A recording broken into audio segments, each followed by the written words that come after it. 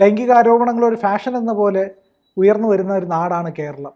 പ്രത്യേകിച്ച് അതിലിപ്പോൾ വലിയ അത്ഭുതങ്ങളൊന്നുമില്ല. പക്ഷേ ഇതുകൊണ്ട് ഉലഞ്ഞു പോയ ജീവിതങ്ങൾ ഒരുപാടുണ്ട്, തകർന്നു പോയ വിജയങ്ങളുണ്ട്, വിജയിക്കാതെ പോയവരുണ്ട്, പദവികൾ ഒഴിയേണ്ടി വന്നവരുണ്ട്. ഇത് ശരിക്കും പറഞ്ഞു കഴിഞ്ഞാൽ ഒരു വലിയ ദുഃഖത്തിൻ്റെയും പ്രശ്നങ്ങളുടെയും സംഘർഷങ്ങളുടെയും ഒക്കെ ഒരു ആരോപണങ്ങൾ, ഒരിടത്തുനിന്നൊരു വെറുതെ ഒരു തിരികൊളുത്തി വിടുന്ന ആരോപണമായിരിക്കും വലിയ പ്രശ്നങ്ങൾക്ക് കാരണമാകാറില്ലേ? അതായത് ഈ ഇന്നത്തെ രീതിയിൽ നമ്മൾ ഈ പണ്ട് വ്യഭിചാരം എന്ന് പറഞ്ഞിരുന്നൊരു കാര്യം ഇപ്പോൾ ആ വാക്കങ്ങനെ ആരും ഉപയോഗിക്കാറില്ല. അല്ലെങ്കിൽ ബൈബിളിൽ യേശുദേവൻ പറയുന്ന 6-ാം പ്രമാണത്തിൻ്റെ ലംഘനം എന്ന് പറയുന്നൊരു കാര്യം, അതങ്ങനെ ഒരു സമൂഹത്തിൻ്റെ പൊതുവായിട്ടുള്ള ഒരു പരിഗണനാ വിഷയമാകേണ്ടതില്ല എന്നുള്ള ഒരു നിലപാട് സ്വീകരിച്ചത് ബഹുമാനപ്പെട്ട ഹൈക്കോടതിയാണ്. വിവാഹിതരായ സ്ത്രീ പുരുഷന്മാർക്ക് പരസ്ത്രീ ഗമനവും പരപുരുഷ ഗമനവും അതിലേർപ്പെടുന്നവർക്ക് പരാതിയില്ലെങ്കിൽ നാട്ടുകാർക്ക് അതിനകത്ത് ഒരു കാര്യവുമില്ല എന്ന് പറഞ്ഞുകൊണ്ടൊരു വിധി വന്നിട്ടുണ്ട്. കേരള ഹൈക്കോടതിയിൽ നിന്നാണ് ആ വിധിയും വന്നത്. അതായത് മുമ്പ് നമുക്കൊരു സങ്കല്പം ഉണ്ടായിരുന്നത് ഈ വിവാഹിതരായിട്ടുള്ള സ്ത്രീ പുരുഷന്മാർ ആ വിവാഹ ബന്ധത്തിൻ്റെ പവിത്രത കാത്തു സൂക്ഷിച്ചുകൊണ്ട് അതിൽ ഒതുങ്ങി നിൽക്കണം എന്നുള്ളതാണ് അവരുടെ ലൈംഗികാഭിനിവേശം. അങ്ങനെ വേണ്ട, അത് അവരുടെ സ്വാതന്ത്ര്യത്തിൻ്റെ, ലൈംഗിക സ്വാതന്ത്ര്യത്തിൻ്റെ ഒരു പരിഗണനാ വിഷയമാണ്. അതിൽ ഈ ലൈംഗിക ബന്ധത്തിൽ ഏർപ്പെടുന്ന സ്ത്രീയും പുരുഷനും വിവാഹിതരായാലും വിവാഹിതരല്ലെങ്കിലും അവർക്ക് പരാതിയില്ലെങ്കിൽ ഇതിൽ നാട്ടുകാരും കോടതിയും ബാക്കി പോലീസും ഒന്നും ഇടപെടേണ്ടതില്ല എന്ന ഒരു തീരുമാനത്തിന് അനുസൃതമായൊരു വിധിന്യായം നമ്മുടെ കേരള ഹൈക്കോടതിയിൽ നിന്ന് തന്നെ ഉണ്ടായിട്ടുണ്ട്. അങ്ങനെ വ്യഭിചാരത്തിനൊരു പ്രോത്സാഹനം കിട്ടിയ ഒരു കാലത്താണ് ഇപ്പോൾ നമ്മൾ ജീവിച്ചുകൊണ്ടിരിക്കുന്നത്.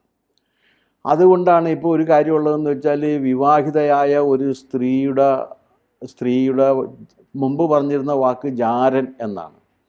ആ ജാരന് ഇപ്പോഴത്തെ ഒരു വാക്ക് ആ സ്ത്രീയുടെ ആൺ സുഹൃത്ത് എന്നാണ്. ബെസ്റ്റി എന്ന് പുതിയ തലമുറയുടെ വാക്ക്, പുതിയ തലമുറയുടെ വാക്ക് ബെസ്റ്റി എന്നാണ്. അപ്പോൾ ആൺ സുഹൃത്ത് എന്നാണ് ഇപ്പോഴത്തെ ഒരു സഭ്യമായ വാക്ക്. ഈ ആൺ സുഹൃത്ത് എന്ന് പറഞ്ഞാൽ അവർക്ക് ഭാര്യയും ഉണ്ട്, അവർക്ക് ഭർത്താവും ഉണ്ട്, മക്കളും ഒക്കെ ഉണ്ട്. ആ കൂട്ടത്തിൽ കൂടി വേറൊരാളെ കൂടി താൻ സ്വീകരിച്ചുകൊണ്ട് ലൈംഗിക ബന്ധത്തിൽ ഏർപ്പെടുന്നു. ആൺ സുഹൃത്ത് എന്ന അഭിജാതമായൊരു വാക്ക് നൽകി അവരെ ആദരിക്കുന്ന ഒരു സംസ്കാരമൊക്കെ നമുക്ക് വന്നിട്ടുണ്ട്.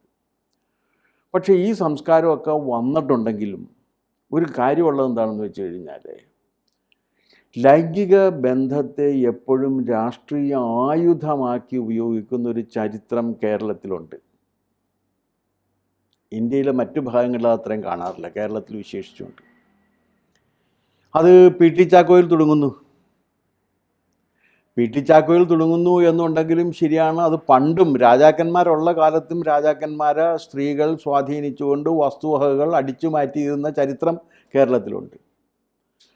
പക്ഷെ അത് രാജാവിൻ്റേതായതുകൊണ്ട് രാജാവിന് എന്തും ചെയ്യാൻ അന്ന് രാജാവ് തന്നെ സ്വയം അവകാശമുണ്ടെന്ന് സംബന്ധിച്ചതുകൊണ്ട് രാജാവിന് കെട്ടിലമ്മ വീട്ടിലിരിക്കും, വേറെ അമ്മ വേറെ സ്ഥലത്തും ഇരിക്കും എന്നൊക്കെ പറഞ്ഞിട്ട് അമ്മ വീടുകളൊക്കെ ഉണ്ടായി വന്നൊരു കാലം അതൊക്കെ ഉണ്ട്, കേരളത്തിലുണ്ടായിട്ടുണ്ട്. പക്ഷേ രാഷ്ട്രീയത്തിൻ്റെ ജനകീയ ജനാധിപത്യ സംവിധാനം വന്നു കഴിഞ്ഞപ്പോഴേക്കും, ജനങ്ങളുടെ സമ്മതി വേണ്ടി വന്നു കഴിഞ്ഞപ്പോഴേക്കും ഈ വിവാഹ ഇതര ലൈംഗിക ബന്ധ ആരോപണം ഒരു വലിയ ചർച്ചാ വിഷയമാവുകയും അതുകൊണ്ട് പലർക്കും പലതും നഷ്ടപ്പെടുകയും ചെയ്തു. അതുകൊണ്ട് രാജിവെക്കേണ്ടി വന്ന ഒരേ ഒരു മന്ത്രി ഉണ്ടായിരുന്നത് വേറെ ആരുമല്ല, പി ടി ചാക്കോയാണ്. അത് അന്ന് പി ടി ചാക്കോയെ ഈ ലൈംഗിക ആരോപണത്തിൽ കുടുക്കിയത് കോൺഗ്രസ്സിനകത്തെ ഗ്രൂപ്പ് വഴക്കായിരുന്നു. പലപ്പോഴും രാഷ്ട്രീയ പാർട്ടികളിലുള്ള ഗ്രൂപ്പ് വഴക്കുകളാണ് ഈ ലൈംഗിക ആരോപണത്തിൽ ഒരാളെ കൊടുക്കുന്നതും കൊടുക്കാതിരിക്കുന്നതും. ഇപ്പോൾ എറണാകുളം ജില്ലയിൽ തന്നെ ഒരു ജില്ലാ സെക്രട്ടറിയെ, മാർക്സിസ്റ്റ് പാർട്ടിയുടെ ജില്ലാ സെക്രട്ടറിയെ പാർട്ടിക്കകത്തുള്ള ഗ്രൂപ്പ് വഴക്ക് വന്ന സമയത്ത് അങ്ങേര് കിടക്കുന്ന കട്ടിലിനടിയിൽ കൊണ്ട് ഒളിക്യാമറ വെച്ച് പിടിച്ച് അങ്ങേർക്കെതിരെ ആക്ഷേപം നടത്തി അങ്ങേര് അനുഭവിക്കാത്ത ദുരിതങ്ങളില്ല അതിൻ്റെ പേരിൽ. പക്ഷെ അദ്ദേഹം അതിൽ നിന്നെല്ലാം പിന്നീട് കരകയറി വന്നു എന്നുള്ളത് വേറൊരു കാര്യമാണ്. ഇത് ഗ്രൂപ്പ് വഴക്കാണ്. എപ്പോഴും രാഷ്ട്രീയത്തിൽ ഗ്രൂപ്പ് വഴക്കുകളാണ് ഇത്തരം കാര്യങ്ങൾക്ക് ഇട കൊടുക്കുന്ന ഒരു കാര്യം. ഈ മുസ്ലിം ലീഗിലുണ്ടായിരുന്ന ഗ്രൂപ്പ് വഴക്കിൻ്റെ ഇരയാക്കപ്പെട്ട ഒരാളാണ് കുഞ്ഞാലിക്കുട്ടി. അദ്ദേഹം അതുകൊണ്ട് എവിടെ നിന്നാലും ലീഗ് ജയിക്കുന്ന കോൺസ്റ്റിറ്റ്യുവൻസിയിൽ അദ്ദേഹം പരാജയപ്പെട്ടത് ഈ ലൈംഗിക ആരോപണത്തിൻ്റെ പേരിലാണ്. അദ്ദേഹത്തിൻ്റെ ജീവിതം തകർക്കുന്ന വിധത്തിലാണ് അന്ന് മാധ്യമങ്ങളെല്ലാം ഈ ലൈംഗിക ആരോപണത്തെ ആഘോഷിച്ചത്. അത് പിന്നീട് എങ്ങും എത്തിയില്ല. അത് കാരണം അത് ഒരു വസ്തുതകൾക്കുമായിട്ട് നിരക്കുന്നൊരു കാര്യമായിരുന്നില്ല എന്നുള്ളതാണ് പിന്നീട് വന്ന കാര്യം. അതുപോലെ 2 തെരഞ്ഞെടുപ്പിൽ തോറ്റ ഒരു കോൺഗ്രസ് നേതാവുണ്ട് കേരളത്തിൽ. അത് കെ മുരളീധരനാണ്. കെ മുരളീധരൻ 96-ലും 98-ലും പാർലമെൻറ്റിലേക്ക് മത്സരിച്ചപ്പോൾ തോക്കാനുള്ള കാരണം ഒരു ഇല്ലാക്കഥ ഗ്രൂപ്പ് വഴക്കിൻ്റെ ഭാഗമായി കെട്ടിച്ചമച്ചതാണ്. അദ്ദേഹം ഒരു സിനിമാ താരത്തെ ഒരു ഗസ്റ്റ് ഹൗസിൽ വെച്ച് വ്യഭിചരിച്ചു എന്ന കഥ അന്നത്തെ AI ഗ്രൂപ്പ് വഴക്കിൻ്റെ ഭാഗമായി A ഗ്രൂപ്പ് ആഘോഷമായി പ്രചരിപ്പിച്ചു. ഇതിൻ്റെ അകത്തൊരു അപകടം എന്താണെന്ന് വെച്ചാൽ, ഞാൻ വ്യഭിചരിച്ചിട്ടില്ലേ എന്ന് പറഞ്ഞ് മറുപ്രചരണം നടത്താൻ ഉള്ളൊരവസരം അന്ന് ഇത്രയില്ല. ഇന്നിപ്പോൾ രാഹുൽ മാങ്കൂട്ടത്തിനൊക്കെ അതിനുള്ള അവസരം കൊടുക്കുന്നുണ്ട്. രാഹുൽ മാങ്കൂട്ടത്തിനെ പോലെ ഒരു ഉത്തമ പുരുഷൻ ഇതൊക്കെ ചെയ്യുന്നതിൽ എന്താ തെറ്റ് എന്ന് ചോദിക്കാൻ കഴിയുന്ന വിധത്തിൽ നമ്മുടെ ലൈംഗിക സ്വാതന്ത്ര്യം വളർന്നിരിക്കുന്നു. അന്ന് ഇത്രയും വളർന്നിട്ടില്ല. അങ്ങനെ ഇത്രയും വളരാത്തതിൻ്റെ പേരിൽ ആ സിനിമാ താരവുമായിട്ട് ഇല്ലാത്ത ഒരു ലൈംഗിക ബന്ധ ആരോപണ കഥ കേരളത്തിൽ AI ഗ്രൂപ്പ് വഴക്കിൻ്റെ ഭാഗമായിട്ട് പ്രചരിപ്പിക്കപ്പെട്ടു. അതിൻ്റെ പേരിൽ 2 തെരഞ്ഞെടുപ്പിൽ തോറ്റു. ഈ കാര്യം വളരെ വിഷമത്തോടു കൂടി തന്നെ ശ്രീ കെ മുരളീധരൻ ഒരു TV അഭിമുഖത്തിൽ പറഞ്ഞു, ആ ഇല്ലാത്ത ആ ഒരു സിനിമാ നടിയുടെ പേരിൽ ഞാൻ 2 തെരഞ്ഞെടുപ്പ് തോറ്റു എന്ന് അദ്ദേഹം പറയുകയുണ്ടായി. നമ്മുടെ കേരളത്തിൽ സംഭവിച്ചൊരു കാര്യമാണ്. അന്ന് ഈ പ്രചാരണത്തിന് നേതൃത്വം വഹിച്ച A ഗ്രൂപ്പിൻ്റെ നേതാവായിരുന്നു AK ആന്റണി. കാരണം അന്ന് അദ്ദേഹം ഗ്രൂപ്പ് പ്രവർത്തനം അവസാനിപ്പിച്ചിട്ടില്ല. ഗ്രൂപ്പ് പ്രവർത്തനം അദ്ദേഹം അവസാനിപ്പിച്ചിട്ട് 21 കൊല്ലമേ ആയിട്ടുള്ളൂ. ഇത് 21 കൊല്ലത്തിന് മുൻപാണ്. കാരണം 96-ഉം 98-ഉം എന്ന് പറയുമ്പോഴേക്കും അതിനൊക്കെ മുൻപാണ്. ഈ അശോക ചക്രവർത്തി കലിംഗ യുദ്ധം ജയിച്ചതിന് ശേഷം, അശോക ചക്രവർത്തി ഒരു വളരെ കൗശലക്കാരനായ ഒരു മനുഷ്യനായിട്ടാണ് എനിക്ക് തോന്നുന്നത്. എന്താ കാര്യമെന്ന് വെച്ച് കഴിഞ്ഞാൽ, കലിംഗ യുദ്ധം ജയിച്ചു. ആ യുദ്ധത്തിൽ നശിപ്പിക്കാവുന്നതിൻ്റെ പരമാവധി നശിച്ചു കഴിഞ്ഞപ്പോഴേക്കും ഇനി രാജ്യം ഭരിക്കണം എന്നുണ്ടെങ്കിൽ യുദ്ധാന്തരീക്ഷം പറ്റില്ല എന്ന് ബോധ്യപ്പെട്ടപ്പോൾ അദ്ദേഹം ബുദ്ധമതം സ്വീകരിച്ചിട്ട് അഹിംസ പറയുകയാണ് ചെയ്തത്. അതുപോലെ തന്നെയാണ് AK ആന്റണിയും. കാരണം ഒരു ഗ്രൂപ്പ് ഫൈറ്റ് നിലനിർത്തിയിട്ട് ആ ഗ്രൂപ്പ് ഫൈറ്റിൻ്റെ പേരിൽ നേടാവുന്ന നേട്ടങ്ങളൊക്കെ നേടിയതിന് ശേഷം ഇനി നേട്ടങ്ങൾ ഉണ്ടാക്കാൻ തനിക്ക് ഗ്രൂപ്പിൻ്റെ ആവശ്യമില്ല എന്ന് ബോധ്യപ്പെട്ടപ്പോൾ ഗ്രൂപ്പ് അവസാനിപ്പിച്ച് അദ്ദേഹം പോവുകയാണ് ചെയ്തത്. അപ്പം ഞാൻ പറഞ്ഞു വരുന്നത്, അന്നത്തെ ഗ്രൂപ്പ് യുദ്ധത്തിൻ്റെ ഭാഗമായി തെരഞ്ഞെടുപ്പിൽ 2 വട്ടം 96-ലും 98-ലും ഈ കെ മുരളീധരനെ തോക്കേണ്ടി വന്നു എന്നുള്ളതാണ്. ഇതൊക്കെ നമ്മൾ ആലോചിക്കുമ്പോൾ കാണുന്നൊരു കാര്യം എന്താണെന്ന് വെച്ചാൽ, ഇതിനൊക്കെ ഒരുപാട് വില കൊടുക്കേണ്ടി വരുന്നുണ്ട്. പക്ഷേ എന്നാൽ വേറെ ചില ധീരന്മാരുണ്ട് ഇതിനകത്ത്. ഇത് തങ്ങൾക്ക് ബാധകമേ അല്ല എന്ന് പറഞ്ഞു നിൽക്കുന്നവർ. അവർക്ക് വ്യഭിചാരം അവരൊരു അലങ്കാരമായി കരുതിയിട്ടാണ് അതിനെ സ്വീകരിക്കാറുള്ളത്. സ്ത്രീ പീഡനത്തിൽ ശിക്ഷിക്കപ്പെട്ടവരുണ്ട്, ആരോപിതരാക്കപ്പെട്ടവരുണ്ട്, അതിൻ്റെ പേരിൽ പോലീസ് സ്റ്റേഷനിൽ പോയവരുണ്ട്, ഇപ്പോഴും വിചാരണ നേരിടുന്നവരുണ്ട് MLA-മാരായിട്ടൊക്കെ. പക്ഷെ അവർക്കൊന്നും ബാധിക്കാറില്ല. പക്ഷെ മറ്റ് പലരെയും ഇത് ബാധിക്കുന്നുണ്ട് എന്നുള്ളതൊരു വസ്തുത നമ്മുടെ നാട്ടിൽ അവശേഷിച്ചിട്ടുണ്ട്. ഇത് നമ്മൾ ഇപ്പോൾ ഏറ്റവും പുതിയതാണ് ഈ പറവൂർ സംഭവങ്ങളുണ്ടായിട്ടുള്ളത്. അവർ അടുത്ത വർഷം മറ്റോ റിട്ടയർ ചെയ്യാൻ വേണ്ടി പോകുന്ന ഒരു ടീച്ചറാണ്. അവർക്കെതിരെയാണ് ഇങ്ങനെ ഒരു ആരോപണം കെട്ടിച്ചമച്ച് കൊണ്ടുവരുന്നത്. അതിൽ കേൾക്കുന്ന കാര്യം എന്താണെന്ന് വെച്ച് കഴിഞ്ഞാൽ, അവർ ഈ പാർലമെൻറ്റ് തെരഞ്ഞെടുപ്പിൽ ഞാനും അവരൊക്കെ ഒരുമിച്ച് മത്സരിച്ചതാണ്.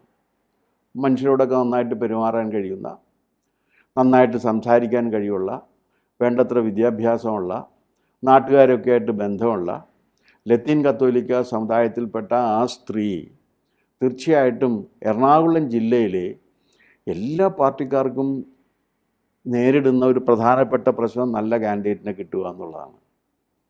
ഒരു കാര്യമുണ്ട്, 140 നിയോജക മണ്ഡലങ്ങളിലും സ്ഥാനാർത്ഥിയെ നിർത്തി മത്സരിപ്പിക്കാൻ ഇന്ന് കേരളത്തിൽ ഒരു രാഷ്ട്രീയ കക്ഷിക്കും സാധിക്കില്ല. കാരണം അത്രയും നല്ല സ്ഥാനാർത്ഥികളെ കിട്ടാൻ പ്രയാസമുണ്ട്. സ്ഥാനാർത്ഥി ക്ഷാമം അനുഭവിക്കുന്നൊരു സ്ഥലമാണ്. വിശേഷിച്ചും മാർക്സിസ്റ്റ് പാർട്ടിയെ പോലുള്ളൊരു പാർട്ടിക്ക് എറണാകുളം ജില്ലയിൽ സ്ഥാനാർത്ഥികളെ കിട്ടാൻ പ്രയാസമുണ്ട്. കാരണം എറണാകുളം ജില്ല അവരുടെ ഒരു സ്ട്രോങ് ഹോൾഡ് അല്ല. അപ്പോൾ അതുകൊണ്ട് തന്നെ സ്ഥാനാർത്ഥികളെ കിട്ടാനുള്ളൊരു പ്രയാസം അവിടെ വരുന്നുണ്ട്. അത്തരത്തിലുള്ളൊരു സന്ദർഭത്തിൽ ഒരു പൊട്ടൻഷ്യൽ കാൻഡിഡേറ്റായിട്ട് ഉയർന്നു വന്നതാണ് ആ സ്ത്രീ. നന്നായിട്ട് സംസാരിക്കാൻ അറിയാം, നന്നായിട്ട് മനുഷ്യരോട് പെരുമാറും. അപ്പോൾ അങ്ങനെയുള്ള ഒരു സാഹചര്യത്തിൽ അവർ തിരഞ്ഞെടുപ്പിൽ മത്സരിച്ചു. ആ മത്സരത്തിലും അവരുടെ ഒരു ഐഡൻറ്റിറ്റി അവർ എസ്റ്റാബ്ലിഷ് ചെയ്തു. അങ്ങനെയുള്ള ഒരു സ്ത്രീ പറവൂർ സ്ഥാനാർത്ഥിയായി കഴിഞ്ഞാലുള്ള ഭയം മൂലം പ്രതിപക്ഷ നേതാവ് തന്നെ ഇതിൻ്റെ പിന്നിൽ പ്രവർത്തിച്ചു എന്നാണ് മാർക്സിസ്റ്റ് പാർട്ടി ആരോപിക്കുന്നത്. സത്യമാണോ എന്നെനിക്കറിയില്ല. പ്രതിപക്ഷ നേതാവ് ചോദിച്ചത് എന്തിനാണ് എൻ്റെ നെഞ്ചത്ത് കയറുന്നത് എന്നാണ്. പ്രതിപക്ഷ നേതാവ് ഒരുപാട് പേരുടെ നെഞ്ചത്ത് കയറുന്ന ഒരാളായതുകൊണ്ട് പ്രതിപക്ഷ നേതാവിൻ്റെ നെഞ്ചത്ത് കയറാനും ആളുകൾക്ക് അവകാശമുണ്ട് എന്നുള്ള കാര്യം വിനീതമായി സമ്മതിക്കുന്നതാണ് ശരി. പ്രതിപക്ഷ നേതാവ് ഒരുപാട് പേരുടെ നെഞ്ചത്ത് കയറുന്ന ഒരാളല്ലേ. അപ്പോൾ ഒരുപാട് പേരുടെ നെഞ്ചത്ത് കയറുന്ന ഒരാളുടെ നെഞ്ചത്തേക്ക് മറ്റുള്ളവർ കയറിയാലൊന്നും പറയാൻ പറ്റില്ലല്ലോ. പിന്നെ ഈ ഒരു സംഭവം പറവൂര് പ്രദേശത്ത് ഇത് കാട്ടുതീ പോലെ പരന്നിട്ട് കുറേ കാലങ്ങളായി. അതൊന്നും അദ്ദേഹം അറിഞ്ഞിരുന്നില്ല എന്ന് അദ്ദേഹത്തിന് പറയാൻ പറ്റില്ല. കാരണം അദ്ദേഹം അവിടുത്തെ MLA കൂടിയാണ്.